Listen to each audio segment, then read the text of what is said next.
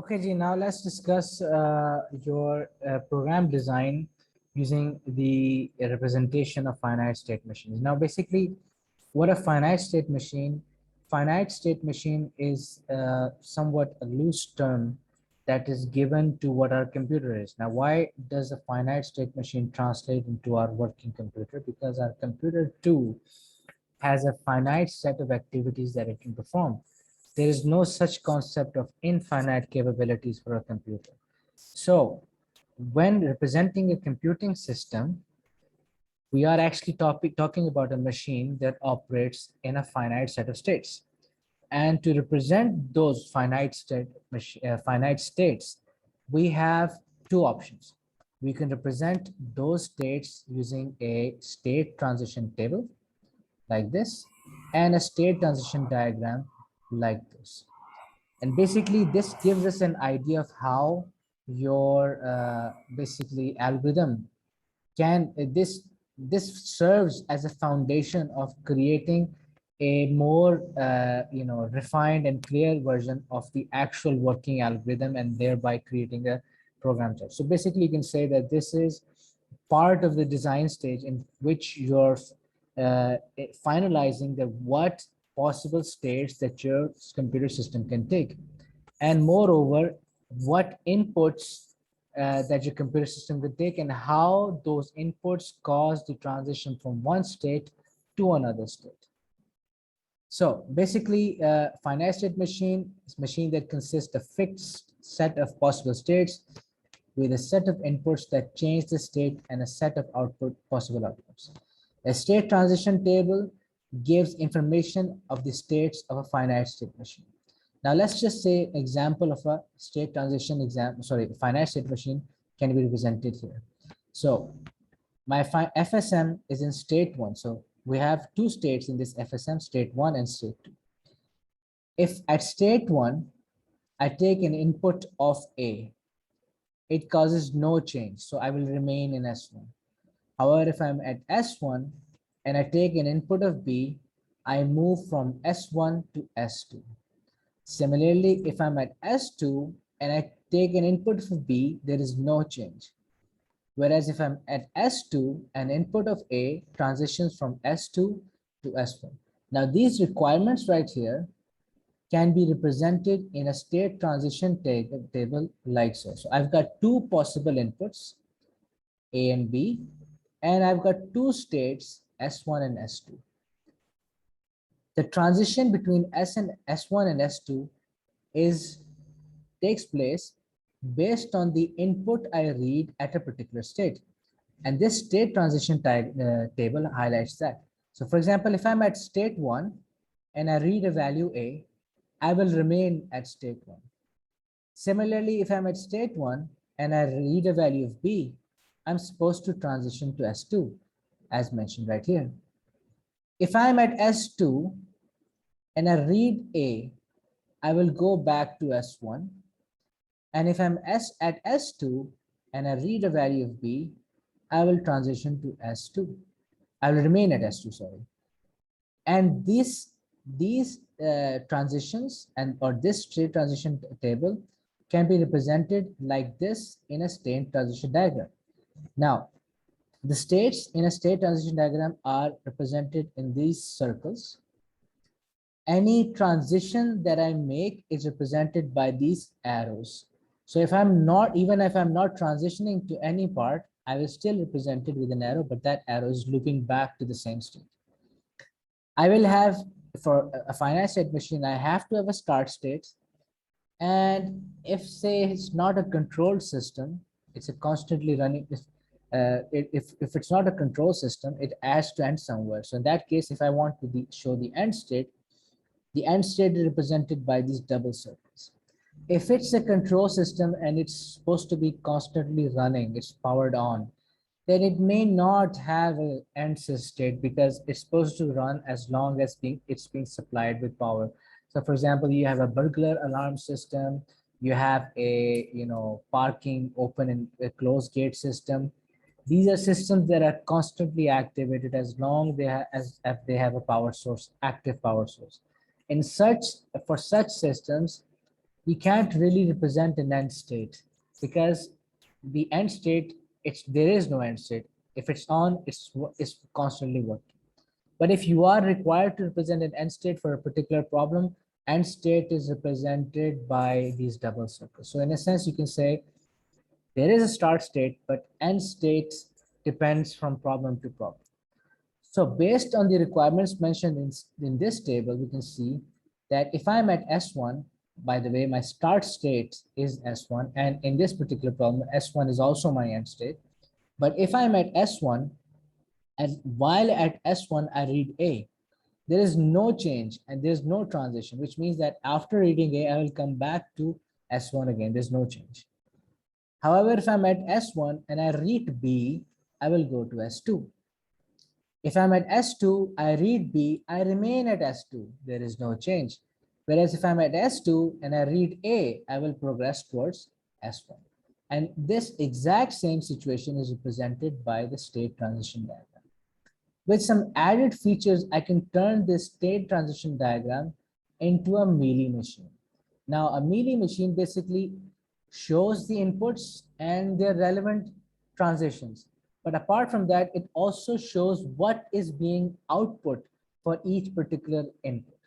Now, for example, if I'm at S1 and I take A as an input, I will remain in S1, but I will also output E.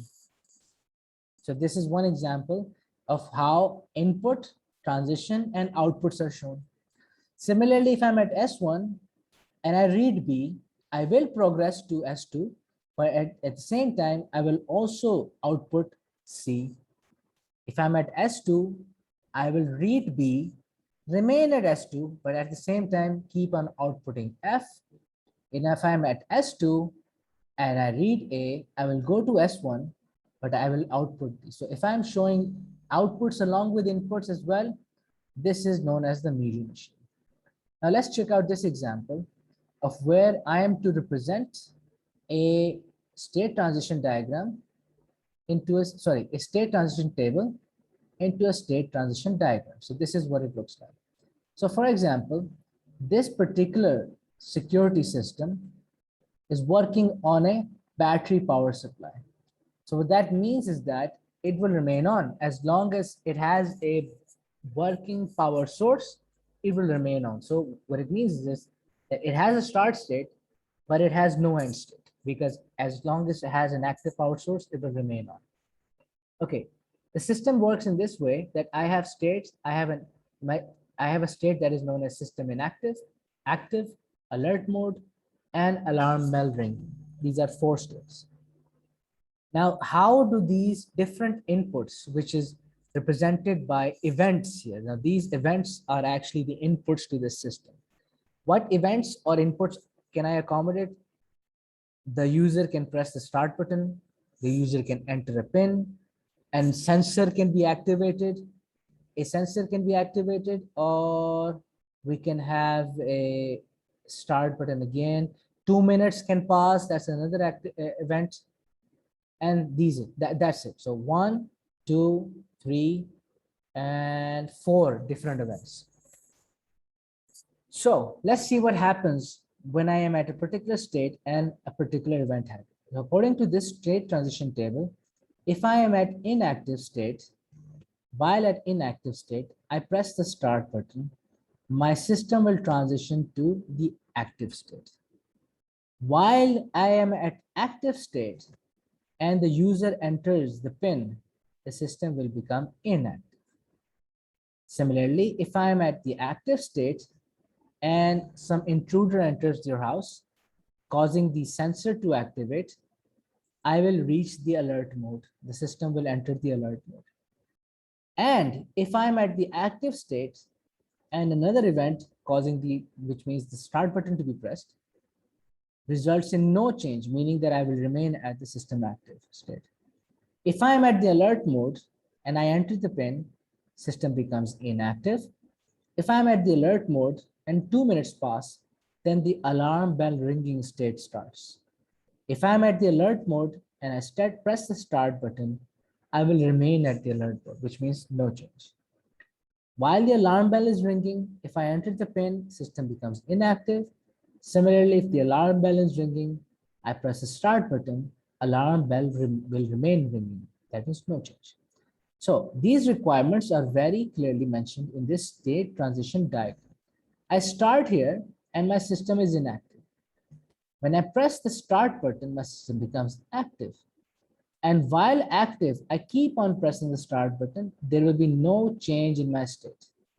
However, at the system active state, if I enter my PIN, I will go back to my system inactive state.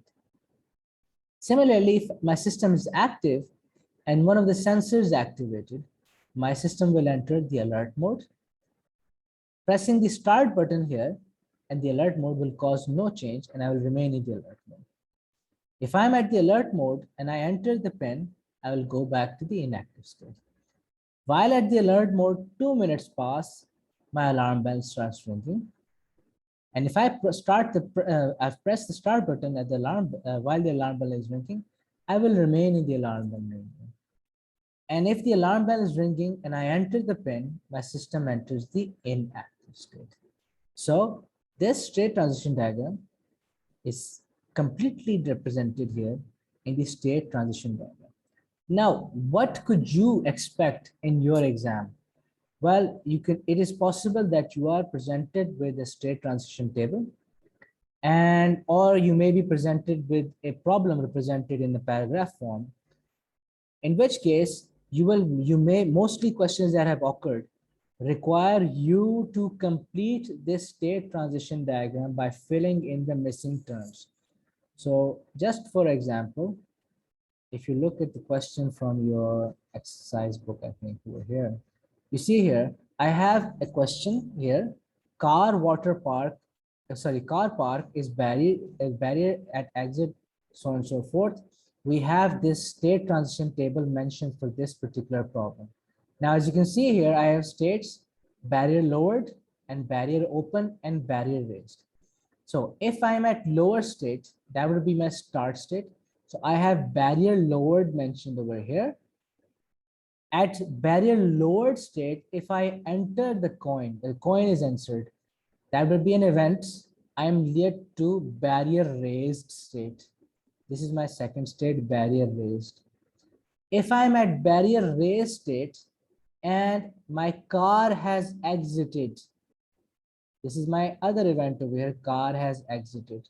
I will go back to the barrier lowered state, like so. Okay, if I'm at barrier lowered states and I open the barrier remotely, it will go to the barrier open state. There's a difference between raised and open.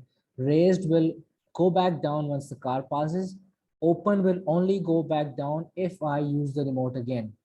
So if I am at barrier lower state and I open with the remote, my barrier will become open. And if I'm at the open state and I press the close using the remote, I will go back to my barrier lower state. So as you can see here, it's quite simple to represent your fill in the blanks of your state transition diagram with respect to your state transition table.